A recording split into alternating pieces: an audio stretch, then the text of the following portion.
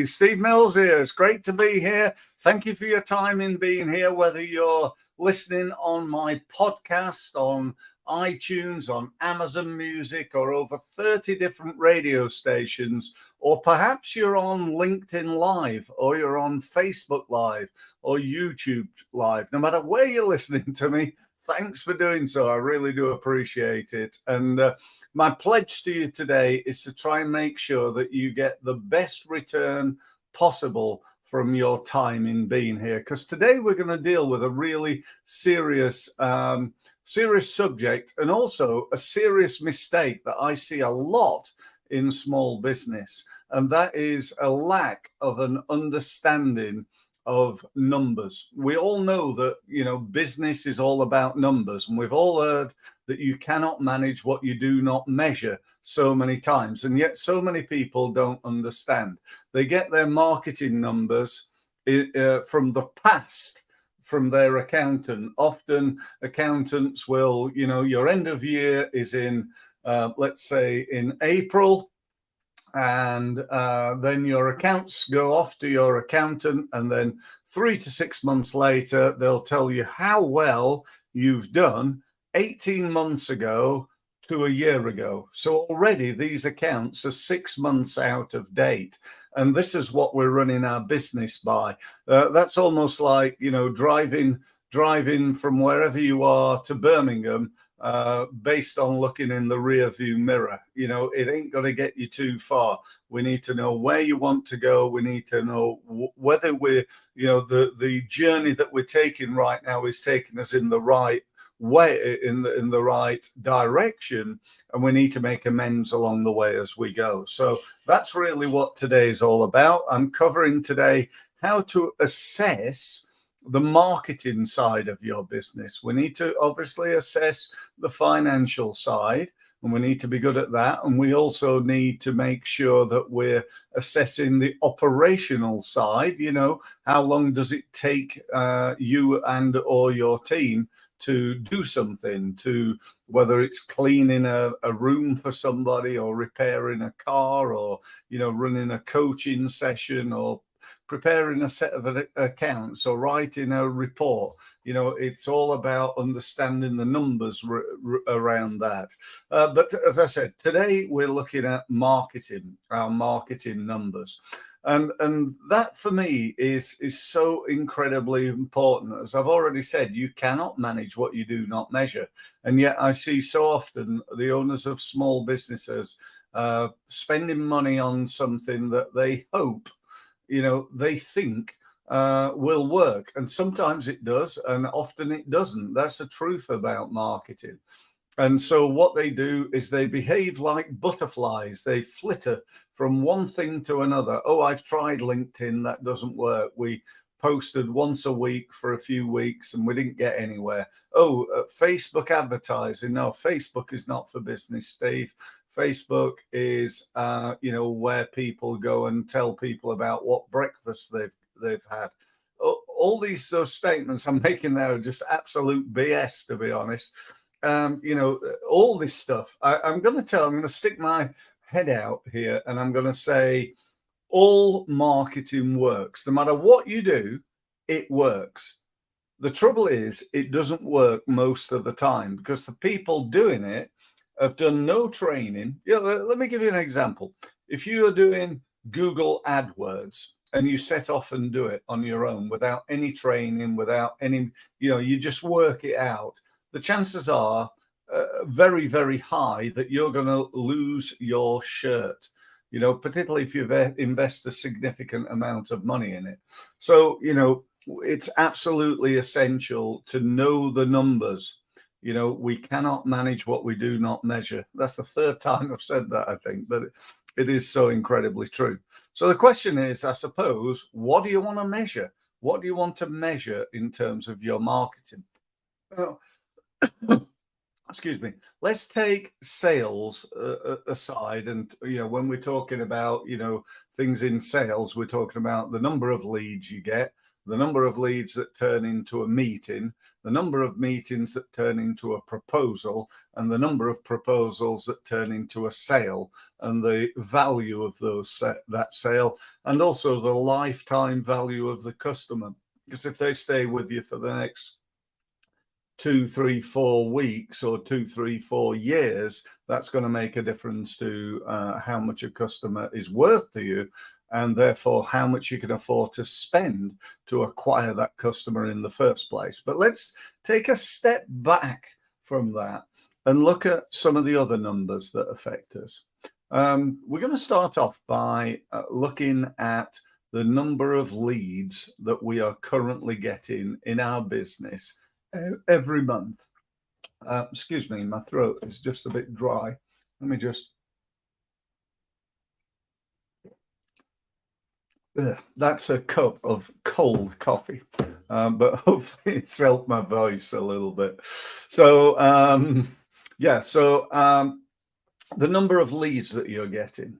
Now, if you know it, great. If you don't know it, go and work it out. Go and take a look. Go and measure. This year, are things getting better, staying the same, or getting worse? Were you getting more leads in January? And I know, at the moment when we're doing this, we're in August, and everybody is away on holiday at the moment, which is not true, by the way.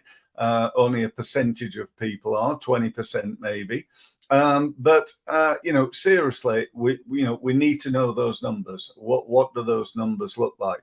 Also, we need to know, what do we need those numbers to look like? If my goal is to turn over £1 million in my business, and my average unit of sale is £1,000, then I can quickly work out that I need 1,000 sales. And that's without being an accountant. Are you impressed with that? I sincerely hope you are. And I can't quite work out how that breaks down into 52 weeks. But, for ease, if it breaks down into 50 weeks, we can easily work out how many sales we need. If that's 50, that's... no, I can't work that out. Why is my brain gone? Is it 20 sales? No, it's not 20 sales. It is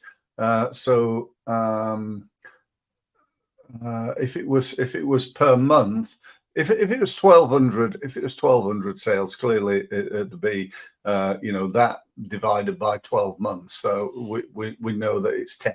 Let's just say that. So think about that and what you need. So you know what you're getting, you know what you need, and then we've got to work on the difference between the two. Okay. So that's again quite a big picture one, the number of leads you get. The next thing to consider is, where are they coming from?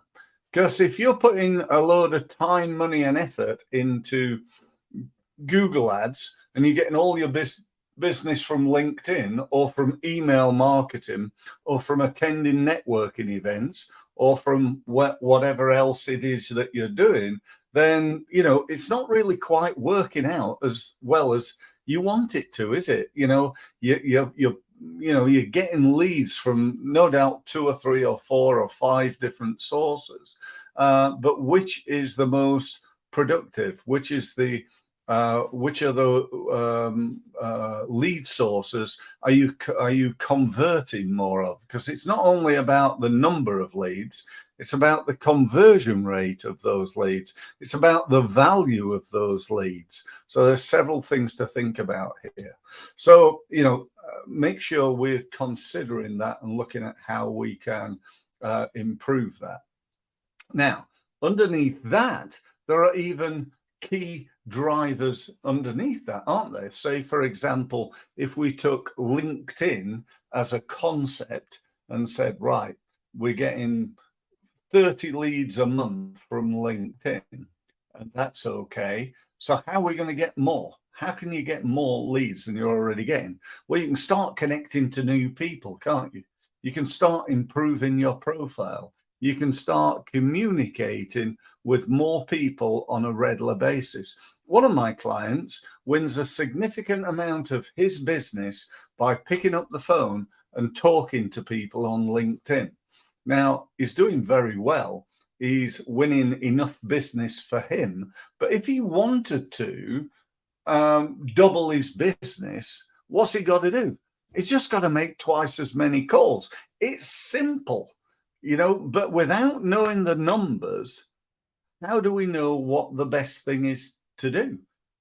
My client knows his numbers. He knows how much business he gets from LinkedIn, and he knows all of that comes from pretty much picking up the phone and talking to people. So if he wanted to, and he had the time and the resources, he could make twice as many calls, win twice as much business. Now, all right, it might vary a little bit, but if I make 100 calls and that equals 10 inquiries, and I convert 5 of those into meetings and 4 of those into sales, and my average unit of sale is let's say £5,000, that equals £20,000.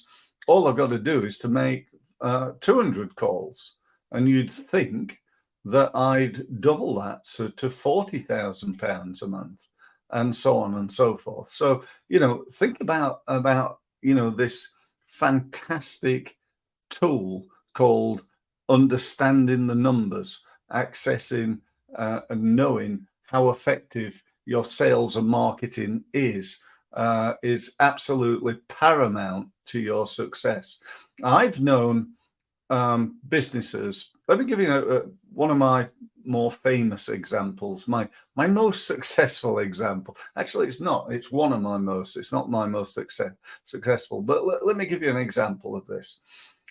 I had a client, and I'm on the first day working with this new client, and they make big. In fact, if you noticed on the introduction, there was a company that had a big, long green machine. Do you remember that on that introduction bit? That's the company, and they sold those recycling machines into local authorities. And they've been advertising on the back of a glossy magazine that goes out to 30,000 people within the public sector. And that had cost them £2,000 a month. They've been doing it for 6 months, so 12 grand. Guess how many leads they've got? None. They spent £12,000 on 0 leads. And they said to me, what do you think we should do? I said, well, I think you should do one or two things. You either stop doing it because it ain't working, or do it differently. You need to change something about what you're doing in order to improve it. I mean, I said to them, the good thing is, what you've spent and the results that you've got. That. That's a fact. That's a proven fact that what you're doing ain't working. Now, when I looked at the advert said in big letters across the back page, Nicolas Llovisa, which was the name of the company. They're a Spanish company. And I said, are you well known in the industry? No, not at all, they said. We're advertising using our company name to get brand recognition. And I said, okay, so do you want brand recognition, or would you like money in your bank? Because for a smaller business who's not well known, the two things are very, very different. They went, oh, no, we want money in our bank. We want to, win some business, want to get some leads and sales. So I changed it. I said to them, what is it that your equipment does? They said, well, it saves local authorities about 25% of recycling costs. And they spend, dependent on the size of the local authority, they spend many, many, many millions of pounds on it per year. So, long story short, we changed the headline to local authorities save 25% on recycling costs by buying this piece of equipment, basically. That following month, when the magazine went out, within 2 months of that, they'd got 5 leads and 2 sales for £2.5 million each. So they made £5 million from the next £2,000 advert. So, and all I did is change a few words.